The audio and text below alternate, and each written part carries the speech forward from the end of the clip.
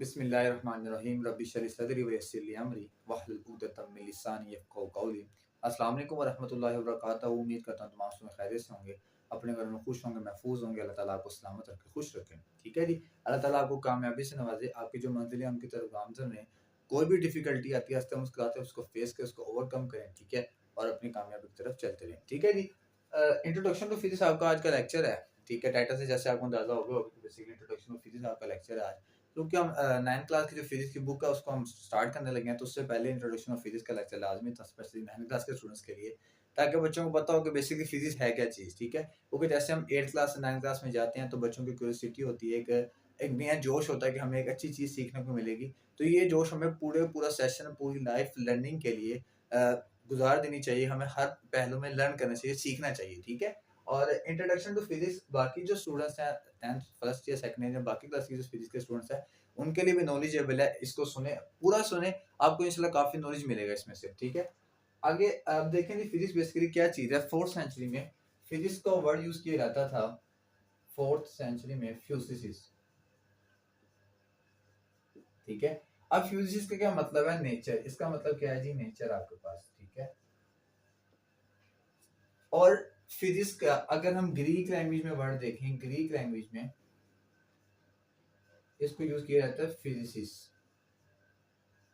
जिसका भी हमारे पास मतलब क्या, नेचर ही मतलब है। ठीक है, बेसिकली नेचर इसका मतलब क्यों है? क्योंकि ये नेचुरल साइंसेज से डेवलप किया गया। हमने व्हाट इज साइंस के टॉपिक में पढ़ा था कि नेचुरल साइंसेज क्या है? साइंस एक डिवीजन है जिसमें फर्दर फिजिकल साइंसेज और बायोलॉजिकल साइंसेज थी। और फिजिकल साइंसेज हमारे पास क्या थी? नॉन लिविंग थिंग्स पर डिस्कशन करती थी ज्यादातर, जिसमें फिजिक्स, केमिस्ट्री और जियोलॉजी थी ज्यादातर इसमें डिसिप्लिन से फर्दर। ठीक है, तो नेचर फिजिक्स बेसिकली नेचुरली जो हमारे पास फैक्टर्स होते हैं ना, एनवायरमेंटली फैक्टर्स जो चेंजेस हो रही हैं, या जितने हमारे पास कुदरती तौर पर फैक्टर्स हो रहे हैं जहाँ हमारी जो डेली लाइफ है, ठीक है, उसको अंडरस्टैंड करने के लिए हमें फिजिक्स हेल्प आउट करती है। ठीक है, और अगर बुक की डेफिनेशन से देखा जाए तो physics is the branch of science in which we discuss energy and matters interaction. ठीक है, या मैटर और एनर्जी के इंटरेक्शन को हम डिस्कस कर रहे होते हैं ब्रांच ऑफ साइंस में, जो कि फिजिक्स है हमारे पास। ठीक है, अब मैटर क्या है? आपके नेचुरली तौर पर, ठीक है, मैटर पाया जाता है। आपके माउंटेन्स एक मैटर की किस्म है। ठीक है, आपके जो समंदर है एक क्या, मैटर की किस्म है। ठीक है, मैटर की 3 टाइप: सॉलिड, लिक्विड, गैस। ठीक है, आसमान पे एक हवा का गुलाफ है, ये क्या, एक नेचुरल पर्पस है। ठीक है, इसी तरह एनर्जीज भी हैं डिफरेंट तौर पे। ठीक है, एनर्जी देखें, एनर्जी भी है। अब इन दोनों की, एनर्जी और मैटर, इन दोनों की जो इंटरेक्शन है वो हमें फिजिक्स बताती है।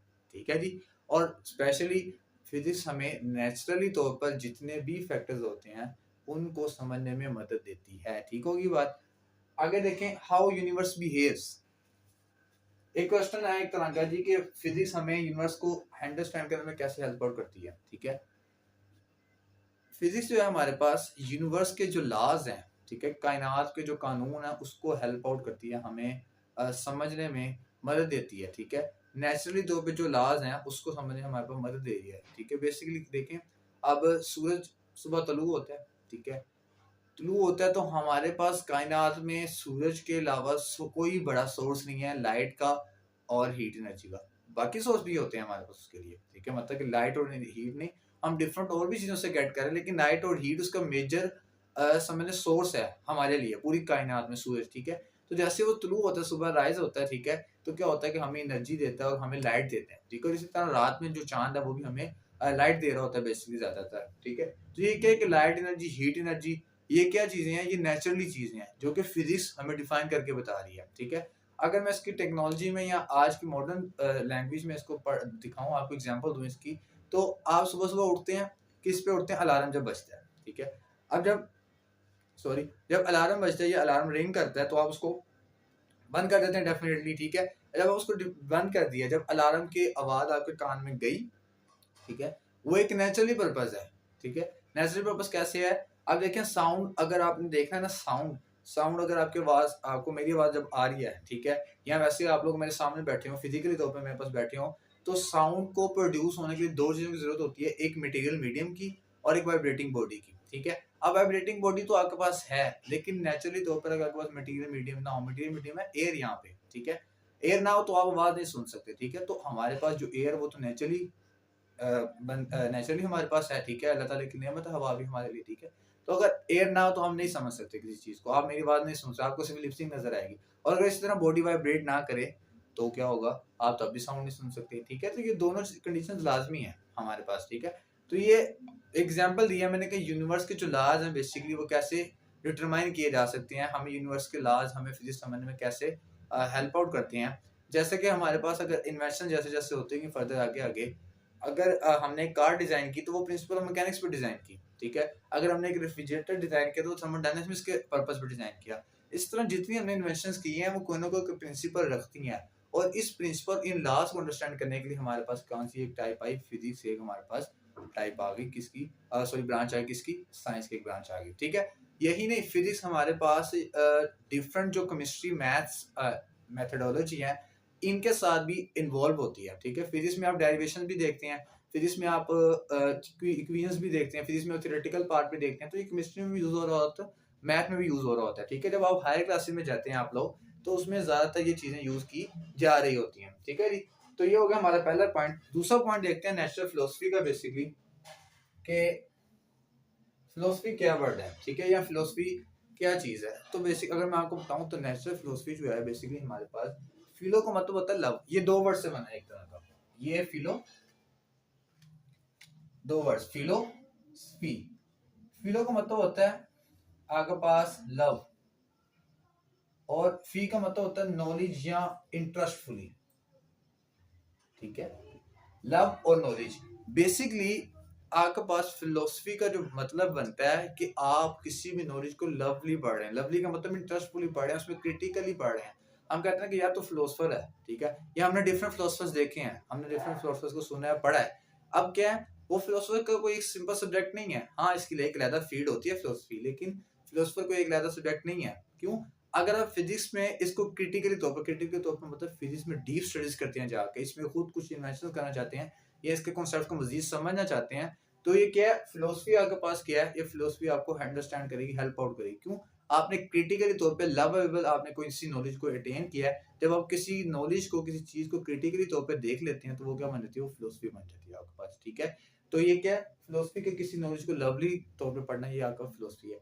अब नेचुरल फिलोसफी बेसिकली क्या थी, 16th सेंचुरी में हमारे पास कुछ इस तरह का डिफिकल्टीज आ गई हमारे सब्जेक्ट्स में। बेसिकली नेचुरल फिलोसफी में बेसिकली ना बायो फिजिक्स और केमिस्ट्री दोनों इकट्ठे होते थे पहले, ठीक है।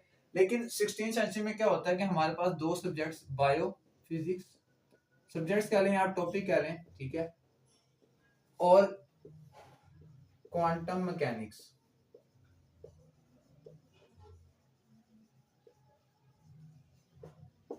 ठीक है। बायोफिजिक्स और क्वांटम मैकेनिक्स, ये दो ऐसे हमारे पास टॉपिक्स आ गए जो नेचुरल फिलोसफी ड्राइव ना कर पाई या डिस्क्राइब ना कर पाई या इसको एलैबोरेट ना कर पाई। तो फिर क्या हुआ, इसको हमने इसको सेपरेशन कर दी, फिजिक्स केमिस्ट्री को रहता सब्जेक्ट्स बना दिए। इस तरह फिर 19th सेंचुरी जब आई तो फिजिकल साइंस में डिफरेंट डिसिप्लिन्स आ गए। फिजिकल साइंस को 5 डिसिप्लिन्स में मेंटेन कर देगा, डिवाइड कर दिएगा, फिजिक्स केमिस्ट्री जियोलॉजी, इसी तरह मेट्रोस एस्ट्रोनॉमी, ठीक है, एक और भी है इसमें देखें, बुक में आपके वैसे लिखा हुआ है वो भी। तो ये क्या है, ये नेचुरल फिलोसफी थी, ठीक है, कुदरती तौर पर फिलोसफी, ठीक है। और फिलोसफी का मैंने बताया कि फिलोसफी बेसिकली क्या चीज है जी। अब हमारे पास एक टर्म है फिजिकलिज्म, ठीक है। बेसिकली फिजिकलिज्म क्या चीज है, इसको अंडरस्टैंड करते हैं, ठीक है। बेसिकली फिजिकलिज्म जो है ये दो वर्ड्स पे मुश्तमिल है, ठीक है, दो वर्ड्स पे मुश्तमिल कर लें, या इसको आप ये कह सकते हैं कि इसमें जो हमारे पास समझने वाली चीज है, ये आईएसएम एक टर्म यूज की जाती है। टर्म्स का मतलब है कि जैसे हम पेट्रोटिज्म पढ़ते हैं, पेट्रोट मुहिब्बे वतन, ठीक है, नेशनलिज्म पढ़ते हैं, ठीक है, जर्नलिज्म पढ़ते हैं, ये तमाम से आईएसएम एक टर्म है। बेसिक जो वर्ड हमारे पास है ये फिजिकल है, ठीक है। अब फिजिकलिज्म क्या चीज थी, फिजिकलिज्म हम ये बताती थी, या इसका रूल ये था, या इसका हमें बताया ये था कि सर आपके यूनिवर्स में जितने भी मैटर्स हैं वो कोई ना कोई वजूद रखते हैं, कोई ना कोई मैस रखते हैं, ठीक है। अब मैटर्स उनकी डिफरेंट टाइप्स हैं, 3 टाइप्स हैं मैटर्स की हमारे पास। कौन कौन सी, solid, liquid, gas. 7 chapter properties of matter का हम इंशाल्लाह डिस्कस करेंगे 9th क्लास का, उसमें डिटेल्स में हम पढ़ेंगे। लेकिन फिजिकलिज्म ये था कि सर हर जो चीज है आपके यूनिवर्स में वो कोई ना कोई अपना मैस सकती है, ठीक है, कोई भी जो मैटर है, जो भी टाइप है वो अपना मैस सकती है। फर्स्ट कर लें अगर गैसेस है, हालांकि गैसेस जो है उनका वेट बहुत कम होता है, ठीक है, लेकिन उनका मैस है, ये बात फिजिकलिज्म में डिसाइड की गई थी, ठीक है। बाकी सॉलिड, लिक्विड, इनका तो हमारे पास वेट भी होता है और मैस भी होता है। तो मैटर का मैथ्स वजूद है, जितनी भी आपके यूनिवर्स में चीज़ें पाई जाती हैं, हर यूनिवर्स जो है वो फिज़िकल है।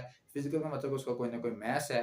आपकी बॉडी का जो है मैथ्स कभी भी चेंज नहीं होता, वेट चेंज हो जाता है। अगर यहाँ पे मेरे पास ये मार्कर है या आप ये बोर्ड है, व्हाटएवर जो भी है, अगर यहाँ से मैं स्पेस पे ले लेता हूँ तो मैथ्स है हर बॉडी का, यूनिवर्स में हर बॉडी का मैथ्स है। ठीक है? ये बात डिस्कस की थी फिज़िकलिज़्म में, ठीक है? अगर मैं चाँद पे चले जाता हूँ तो मेरी इस बॉडी का मास ज़रूर है, लेकिन इसका वेट नहीं होगा क्योंकि वहाँ पे ग्रेविटी नहीं है। तो ये हमारे पास टर्म थी फिज़िकलिज़्म। नेक्स्ट हमारे पास है क्लासिकल एंड मॉडर्न फिज़िक्स। के बेसिकली क्लासिकल और मॉडर्न फिज़िक्स क्या चीज़ है? फिज़िक्स के आगे फर्दर टाइप्स क्यों हुई?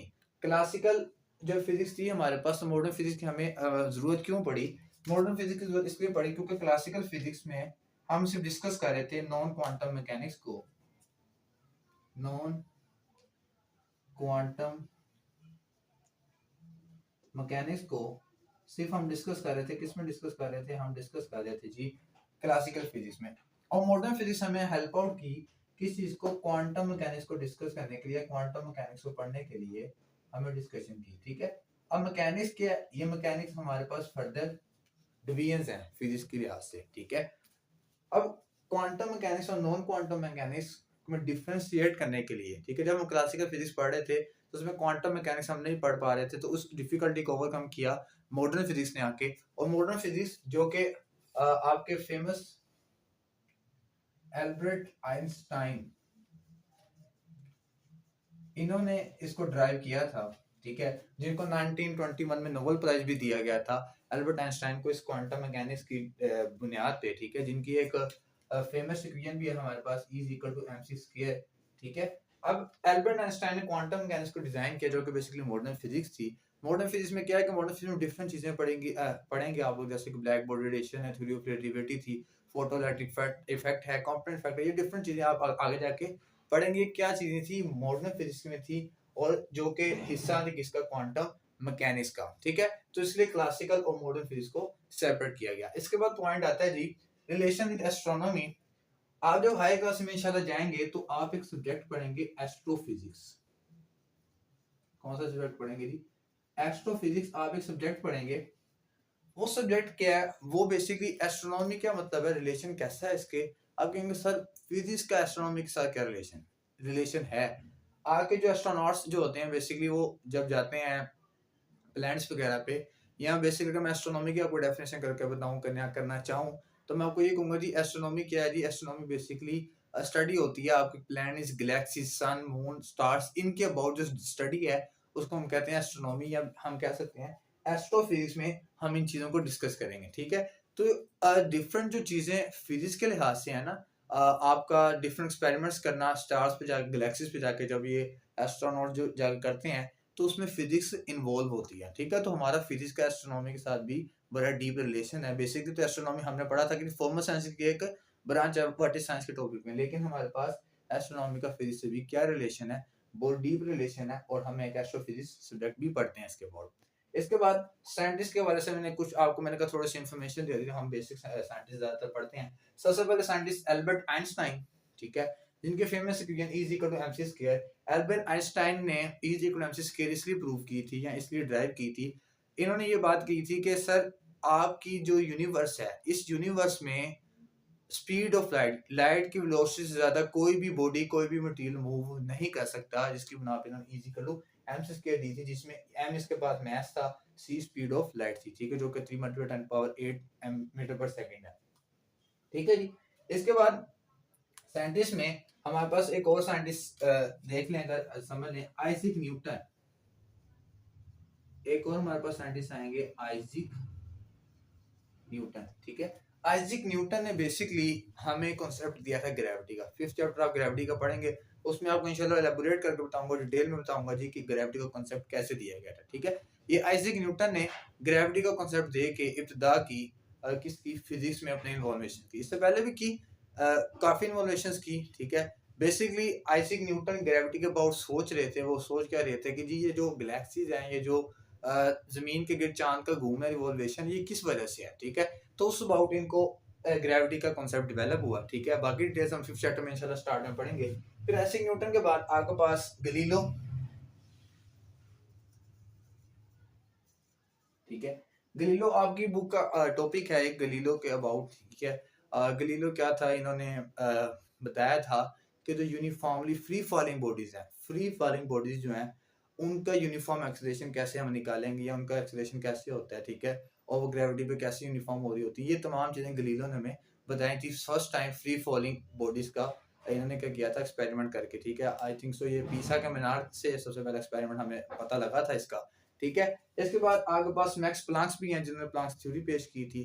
तो इस तरह डिफरेंट हमारे पास साइंटिस्ट हैं जिन्होंने एवोल्यूशंस की हैं, इन्वेंशंस की हैं हमारी फिजिक्स की दुनिया में, ठीक है।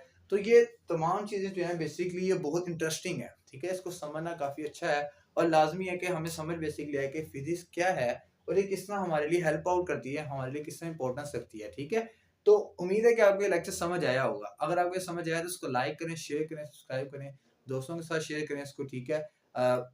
इसको सब्सक्राइब करें। इंशाल्लाह मिलते हैं अगली वीडियो में, तब तक के लिए अपना ख्याल रखिएगा। अल्लाह हाफ़िज़।